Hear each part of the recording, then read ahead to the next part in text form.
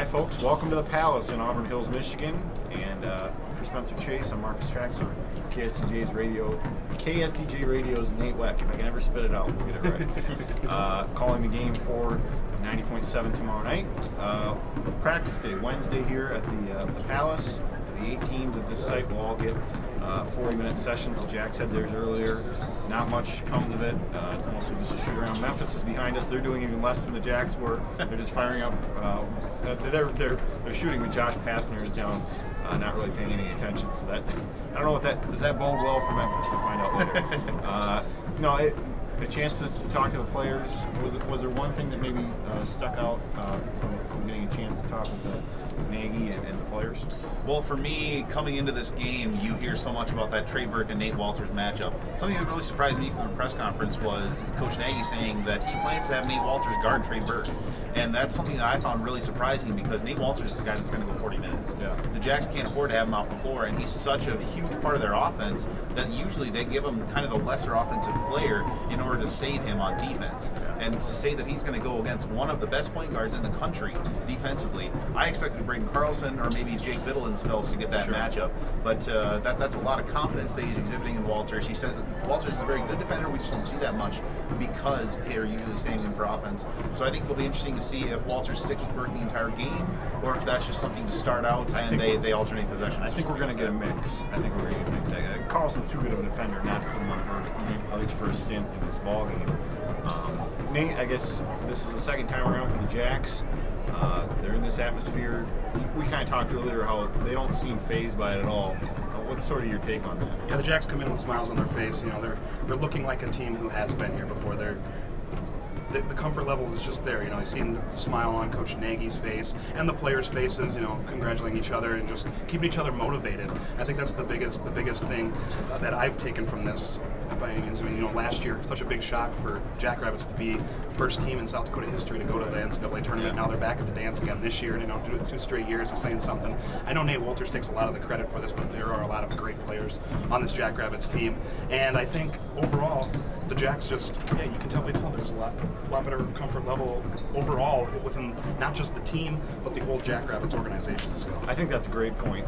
You touched on how Walters is he is the enigma of this organization. Like you mentioned, he's the star. He's who everybody wants to write about. But he remains humble despite all the attention. Yeah. I can't help but wonder if that's really going to help him in this game. I think it can.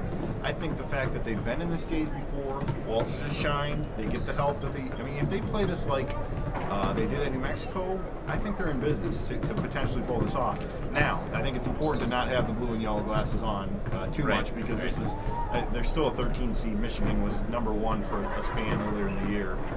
What's sort of your guys' take? If you feel like you want to give a prediction, you can. If you don't, that's fine. I'm kind of mixed bag on predictions. But what's sort of your take on this ball game? I think I'm going to stay away from the prediction department. But something else Coach Nagy said was that there gets to a point where talent supersedes experience. Yeah. You look at the Michigan roster; they give a lot of freshmen a lot of minutes. But at this point in the season, those players are not freshmen anymore. They've got a full year of experience under their belt, and they're getting to where their sophomores not quite upperclassmen. So I think they do have experience, and they've been in big games before. SDSU has played, in exciting venues, the Murray States, and they've played in the Pit and won there, and they've won in Washington. But they've played in one NCAA tournament game, and that's really their power conference experience. Yeah. Michigan has that in droves, even just their first-year players. So I think the stage probably won't be too big for SDSU since this is their second run at it, but it certainly won't be too big for Michigan either. I'm going to stay away from predictions as well because good. Nobody give a prediction. Good. It really could go either way, and depending on the shots fall, I mean, anything can happen. But my biggest thing, looking at the Jackrabbits coming in here and seeing Michigan, Michigan, like they've been #1, like you guys said, for a number of weeks and multiple times throughout the season. So they've got already that standard that they're expected to win. it's kind of nice that the Jackrabbits are maybe even being looked at as the underdogs, because then maybe the pressure's not so much there, because people are filling out a bracket, oh, 3 seed versus 14 seed, we're just going to circle Michigan. Michigan should easily win this. So the Jackrabbits don't have the pressure from the outside media coming in and expecting them to do good things, like maybe that even that week, like the Jackrabbits experienced in the Summit League, as going in there as the number 1 seed. But and I think Nate Wolters is going to be a big part of that, and I think honestly Nate Wolters is kind of almost the second piece. I think Braden Carlson, Dykstra, Vegan, and Carlson, I think those guys all being successful are going to open up those lanes. If they're not going to be able to knock down shots, as in White and Carlson, then those lanes aren't going to open up for Nate Wolters, and Nate Wolters' performance is also going to be a little bit sluggish looking. It's a whole piecework. Exactly. You'll take one piece out and it's not going to work. And like even Wolters said in the press conference, we need to make sure that we get out to a big start, and we got to be clicking on all cylinders right away. I think it'll be interesting to see how the makeup is tomorrow. Is it going to be a heavy Michigan fan base? What will the Jacks have here? They had a handful of fans on hand today. And what will Michigan State fans do for SDSU? This is a big arena, a lot bigger than the pit, 9,000 more seats. I think that's probably the only real takeaway. We're way up here in the 4th level of this building, so it's pretty incredible when you think of the stage in that a handful of years ago. SDSU was still playing Division II.